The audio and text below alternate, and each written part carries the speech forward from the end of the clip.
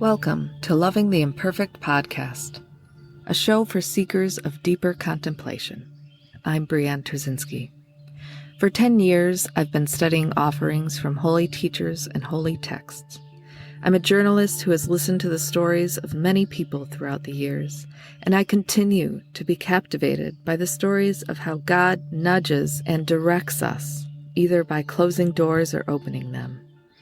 So join me as we listen to these extraordinary stories and become witnesses to the truth of love.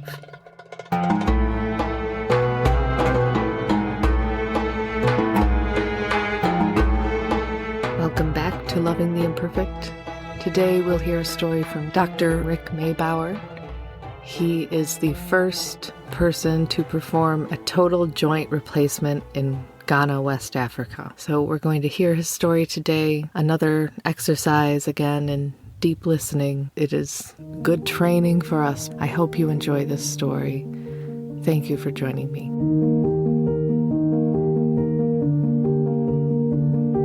I grew up in Wyandotte, Michigan, which is about 35 miles from here on the other side of Detroit, on the Detroit River.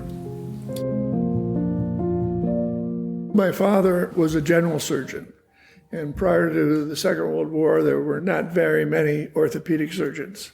The general surgeons did female surgery and neurosurgery and chest surgery, and it was only really after the war where all these specialties became their own thing. I was born a few months before the Second World War started, and my father was already commissioned in the Army Air Corps. He found out I was born by a telegram. Several months after I was born, my mother drove my sister, who was born in 1939, to Oklahoma City, where he was stationed at that time. The interesting part about that is that certainly there were no safety belts or things like that in the car. And so my mother would pick up just about the first military guy who was hitchhiking, and he would drive the car, and my mother would take care of my sister and I. We got to Oklahoma, and we went to Dallas to Love Field, which is a regular airport now, and then to Florida, and then he was gone for 4 years. And gone is gone at that time. Mm-hmm. We didn't have cell phones. We didn't have telephone availability during the war to Europe. There was an occasional letter, but he was just gone. He came home in 1945. When the war was over, began reestablishing his general surgery practice in Wyandotte. And when I was 7 or 8, there was an explosion in Trenton, Michigan, which is 10 miles south of Wyandotte. And this guy was severely injured, and my dad put him back together. And he was very grateful about that. And so every Christmas, he'd bring my father a bottle of scotch. I thought, if my dad can put some guy together, I can put some guy together. And so it was about that time that I decided I'm going to be an orthopedic surgeon. A little bit of knowledge of my life is that in the first and third grades I was failed because I couldn't read. It was not until my daughter, who is now 48, when she was about 5, the name dyslexia was generated. There was a doctor in New York that tested my daughter, but I was there. My wife and one other daughter was there, and Kathy and I failed that test just cold turkey. That was the first time I knew I was dyslexic. When I was failed back in grade school, my mother sent me off to tutor a lot, and when I got to Albion, I had to take remedial reading a lot, but I still made it through. At Albion College, which is a Methodist school, and it was very Methodist when I was there. To get out of Albion College, you had to take a religion class. I took Bible as literature. So I have read the Bible, and reading is not my favorite thing. In college and in life, I get my information with my eyes and ears, but not from the written word, for the most part. Certainly, I must have been able to read. I got through college and medical school. So, them is a there, or a they, was is a saw, or things don't make sense, so you read the paragraph again. There's a thing in life called bootstraps, and you grab those and get going. And I still get out in medical school, and I got through medical school and residency, and then I had to go into practice, and I was offered this position in Rochester We moved to Rochester in 1974, and I developed a practice here, did a lot of firsts here, and throughout my career, I would say, someday I want to give back. It was for that reason I ended up being shipped off to Africa. We went 9 times in volunteer surgery, and I was the first person to do a total joint in Ghana, West Africa.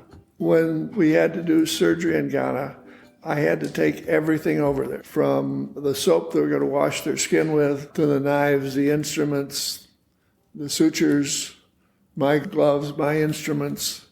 They had nothing over there. And the nurses had no idea how to do a total joint. And so I took a nurse with me, and she taught these ladies how to assist in total joints and what these different instruments were. Total joints are relatively new to the world. In Detroit, a total hip was first done in 1972 and 73, and a total knee was done in 73, 74. To a kid right now, that's a long time ago. But in my life, I was in my early 30s when we started doing that.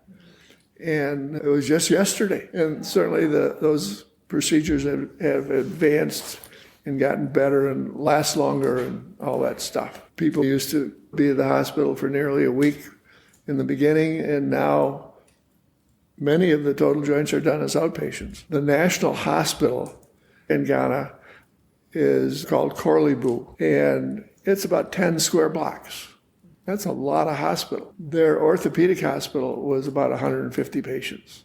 But then they had a chest hospital, and they had an OB hospital, and a pediatrics hospital, all in these 10 blocks. There is no money in Ghana.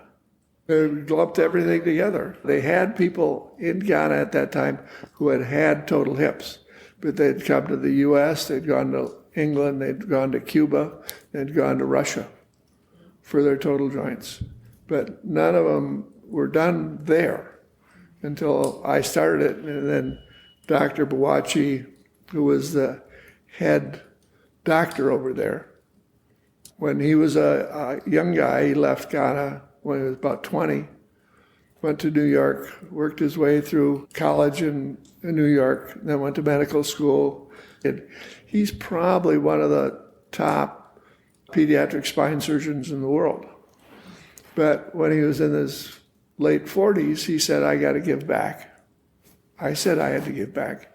And so he went back over to Ghana, and the program he started was all based on pediatric spine surgery. But then his mother broke her hip. He said, we got to do hips over here.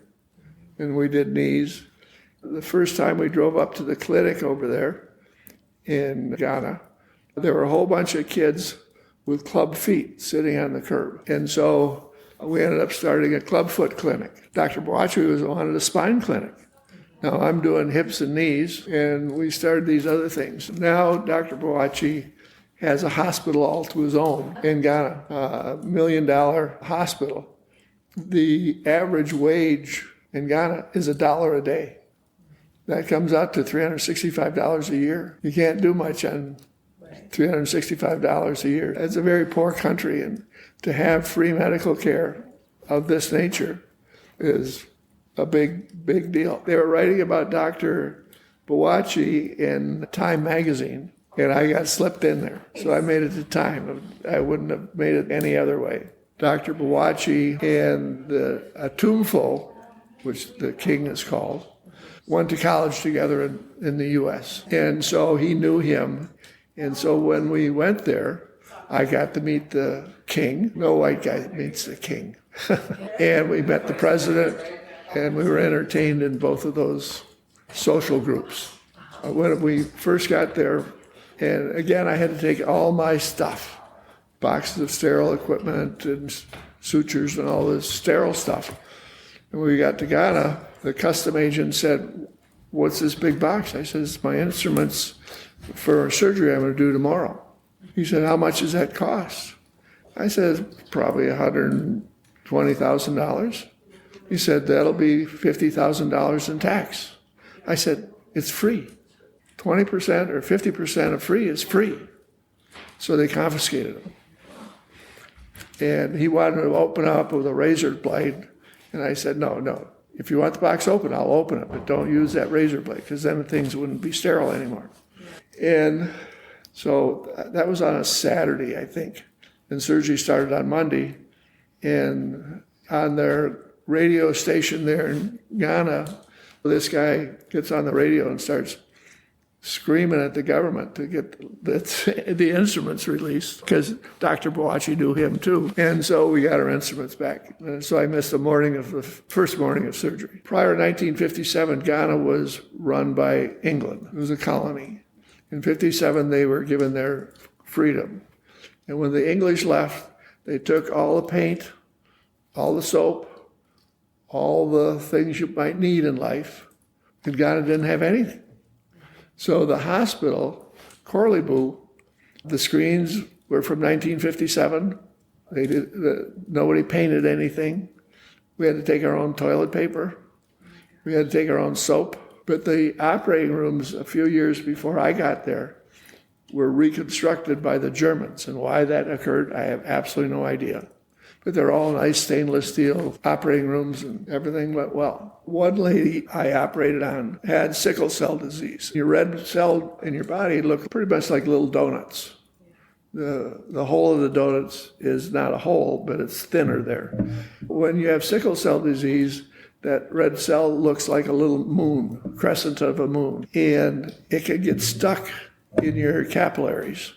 And the capillary is a little tube between your artery where the blood goes out and your veins where the blood comes in. The capillaries where the oxygen is transmitted to the tissues. And in these people with sickle cell disease, those little crescent-shaped blood cells get stuck in their joints. And so this 30-year-old lady, we were dealing with her hips, and her other joints were bad too, but we were dealing with her hips.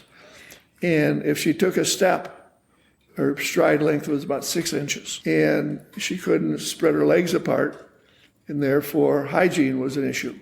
And how I got her, I have absolutely no idea, but I gave her a total hip, and now she could move one leg. Her stride length was longer.